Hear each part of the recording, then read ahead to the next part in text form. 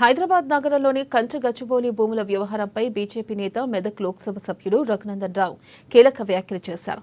400 ఎకరాల భూముల అంశంలో దొంగ అని అరిచినట్లుగా ఉందని కేటీఆర్ హరీష్ రావును ఉద్దేశించి అన్నారు. బీఆర్ఎస్ నేతల తీరుపై ఆయన ఆగ్రహం వ్యక్తం చేశారు. ఇక బీఆర్ఎస్ ప్రభుత్వంలో భూములను అడ్డగోలుగా అమ్మేశారని ఆరోపించారు. బీఆర్ఎస్ 10 ఏళ్లు అధికారంలో ఉన్నప్పుడు ఇప్పుడు ప్రశ్నిస్తున్న కేటీఆర్ హరీష్ రావు ఎక్కడకు పోయారని నిలదీశారు. హైదరాబాద్ కేంద్రీయ విశ్వవిద్యాలయం భూములపై ఎందుకు సమీక్ష చేయలేదో చెప్పాలని అన్నారు.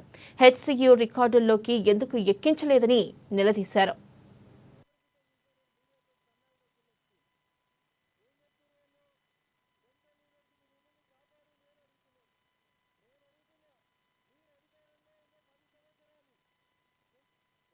దొంగ అని అరిచినట్టు సెంట్రల్ యూనివర్సిటీ భూముల్ని కాపాడలేక 10 సంవత్సరాలు అధికారంలో ఉండి అడ్డగోలుగుల భూముల పందేరాన్ని నడిపి ఎవరికి పడితే వాడికి భూములు, ఎవరికి పడితే వాడికి రోడ్లు వేసుకునేందుకు అనుమతి ఇచ్చి సెంట్రల్ యూనివర్సిటీ భూములని పరాయి వ్యక్తులకు కట్టబెట్టినటువంటి వాళ్ళు అధికారం పోయినాక ఇవాళ వచ్చి కొద్దిసేపటి క్రితం చూసినా నేను మీడియాతో సన్నాయి నొక్కుతున్నారు. ఏం చెప్తున్నారు వాళ్ళు? సెంట్రల్ యూనివర్సిటీ భూముల్ని కాపాడు అని అడుగుతున్నారు. నేను అడుగుతున్నా, మీరు అధికారంలో ఉన్న 10 సంవత్సరాలు, చంద్రశేఖరరావు ముఖ్యమంత్రిగా ఉన్న 10 ఏళ్ళు గుడ్డి గాడిదల పనులు తవ్వుతందుకు పోయినరు. బామర్దులు ఇద్దరని చెప్పాలి. అయ్య తప్పితే కొడుకు, కొడుకు తప్పితే బామర్ది. వీళ్ళే కదా ప్రభుత్వాన్ని వెళ్ళింది. ఏం చేసిరు 10 ఏళ్ళు? ఎన్నో రాశులు కలెక్టర్ ఉత్తరం ఏం చూపించారు టీఆర్ఎస్ ఆఫీసులో?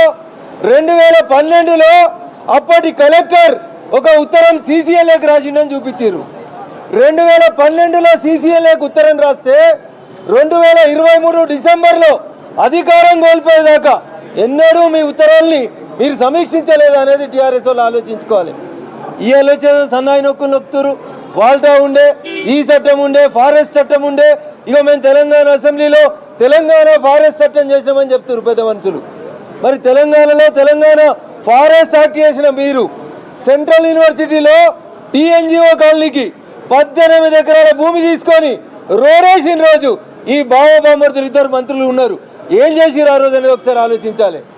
2012లో అప్పటి రంగారెడ్డి జిల్లా కలెక్టర్ రాస్తే ఇవాళ దాకా 2023 మీరు దిగిపోయేదాకా మీరు భూమిని మార్చలే.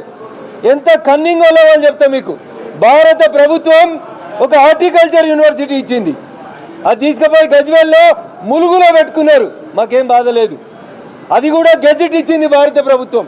తర్వాత తెలంగాణ క్యాబినెట్, ఇదే హరీష్ రావు గారు, అదే కేటీఆర్ గారు, వీళ్ళంతా ఉన్నటువంటి క్యాబినెట్ ములుగులో హార్టికల్చర్ యూనివర్సిటీ పెడితే ఆ భూములని ట్రాన్స్ఫర్ చేసిరు రెవెన్యూ రికార్డులలో.